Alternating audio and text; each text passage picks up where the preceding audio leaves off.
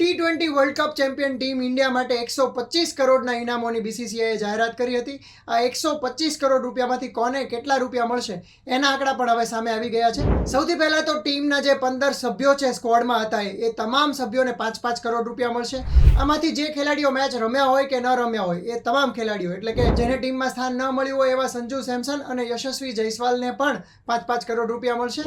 આ સિવાય ટીમના હેડ કોચ જે હતા રાહુલ દ્રવિડ એમને પણ 5 કરોડ રૂપિયાના ઇનામની જાહેરાત કરવામાં આવી છે. એના સિવાય કોચિંગ ટીમમાં બેટિંગ કોચ વિક્રમ રાઠોર હતા એમને 2.5 કરોડ. આ સિવાય ફિલ્ડિંગ કોચ ટી દિલીપ હતા અને બોલિંગ કોચ પારસ બામરે. આ તમામ કોચિંગ સ્ટાફને પણ 2.5 કરોડ રૂપિયાની જાહેરાત કરવામાં આવી છે. ટીમ ઇન્ડિયા જ્યારે અહીંથી વર્લ્ડ કપમાં ભાગ લેવા માટે ગઈ ને અમેરિકા અને વેસ્ટ ઇન્ડિઝમાં વર્લ્ડ કપ યોજાયો તો 42 જણાની ટીમ એમની સાથે ગઈ હતી. એટલે ઓબ્વિયસલી એમની સાથે સપોર્ટ સ્ટાફના પણ ઘણા બધા લોકો હતા. આ સપોર્ટ સ્ટાફમાં 3 ફિઝિયોથેરાપિસ્ટ હતા જેમાં એક યોગેશ પરમાર ગુજરાતી મૂળના છે મોરબીના. આ ફિઝિયોથેરાપિસ્ટ જે 3 હતા એમને 2-2 કરોડ રૂપિયાની જાહેરાત કરવામાં આવી છે. આ સિવાય તમે જોયું હશે કે હાર્દિક પંડ્યા છે કે બીજા જે ફાસ્ટ બોલર છે એ સ્ટ્રેચિંગ કરતા હોય છે, સાથે ઘણી બધી વખત એમને મસાજ આપવામાં આવી રહ્યો હોય છે. એટલે ટીમ સાથે 2 મશોર્સ એટલે મસાજ આપનાર વ્યક્તિ પણ હોય છે એમને પણ 2 કરોડના ઇનામની જાહેરાત કરવામાં આવી છે. આ સિવાય સપોર્ટ સ્ટાફમાં થ્રો ડાઉન સ્પેશિયાલિસ્ટ એટલે તમે રાઘવેન્દ્રનો ફોટો જોયો છે જેનો ઘણા બધા ખેલાડીઓ પણ ફોટો શેર કરતા હોય છે.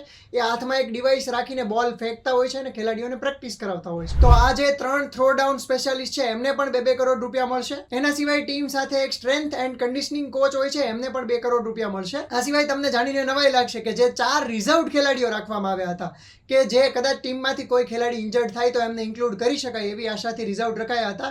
એવા શુભમન ગિલ, રિંકુ સિંહ, આવેશ ખાન અને ખલીલ અહેમદને પણ 1-1 કરોડ રૂપિયા મળશે. આ વિનિંગ ટીમ ઇન્ડિયાને સિલેક્ટ કરનાર જે સિલેક્ટર્સ હતા કે જેના હેડ છે અજીત અગરકર, એ તમામ 5 સિલેક્ટર્સને પણ 1-1 કરોડ રૂપિયા મળશે. અને આ ઉપરાંત ટીમ ઇન્ડિયાના સ્ટાફમાં વિડીયો એનાલિસ્ટ પણ હોય છે, એની સાથે બીસીસીઆઈનો સ્ટાફ પણ હોય છે. એ બધાને પણ ઇનામની રકમ મળશે. મિત્રો, ઘણા બધા ક્રિકેટ પ્રેમીઓને ખબર હશે કે 1983માં જ્યારે ભારત વર્લ્ડ કપ જીત્યું ત્યારે બીસીસીઆઈએ એવું કહેવું પડ્યું હતું કે વર્લ્ડ ચેમ્પિયન ખેલાડીઓને આપવા માટે ઇનામ સ્વરૂપે આપવા માટે અમારી પાસે કોઈ પૈસા નથી. અને આજે જુઓ કે વર્લ્ડ ચેમ્પિયન ક્રિકેટરોને કેટલી રકમ ઇનામ સ્વરૂપે મળી રહી છે. આ સિવાય એમના જે કોન્ટ્રાક્ટ છે, સેન્ટ્રલ કોન્ટ્રાક્ટ, એની રકમ પણ અને મેચ ફીની રકમ પણ એમને મળતી હોય છે. ક્રિકેટ અને દેશ દુનિયાની આવી ઘણી બધી ઇન્ફોર્મેટિવ માહિતી જોઈતી હોય તો ગુજરાત સમાચારના ડિજિટલ પ્લેટફોર્મ્સ જોતા રહેજો.